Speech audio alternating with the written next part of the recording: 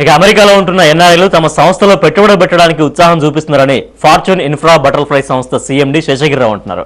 America పర్యటన ముగించుకున్న ఆయన ఇండియాకు చేరుకున్నారు. టూరిజం, హాస్పిటాలిటీ ప్రధాన ధ్యేయంగా తమ పర్యటన సాగిందని చెప్పినారు. 7 సంవత్సరాల్లో తమ ప్రాజెక్టు పూర్తయిందని శేషగిరిరావు అన్నారు.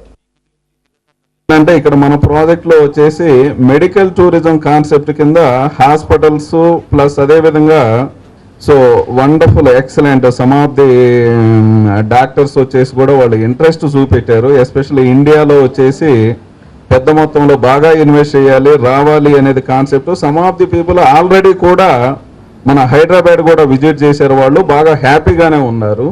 అక్కడ మెజారిటీ ఆఫ్ ది ఎన్ఆర్ఐస్ వాళ్ళు వచ్చినటువంటి నాలెడ్జ్ని కానివ్వండి, ఆ సబ్జెక్ట్ను కూడా మన కంట్రీలో కూడా పెద్ద పెద్ద ప్రాజెక్ట్స్ మనం వినియోగించుకోవాలి అన్న కాన్సెప్ట్ మీద even we decided to entry to the IT sector also. ఓవరాల్గా వచ్చేసి బాగా ఉందండి. పటాకుల మోతలు, జై తెలంగాణ నినాదాలతో జంట నగరాల్లో థియేటర్లని దద్దరిల్లాయి. వెల్లువల తరలి వచ్చిన జనంతో కిటకిటలాడినాయి. తెలంగాణ ఉద్యమ ప్రతిరూపాన్ని జై బోలో తెలంగాణ సినిమాగా చూసిన జనం అనిర్వచనీయ అనుభూతికి లోనైనారు.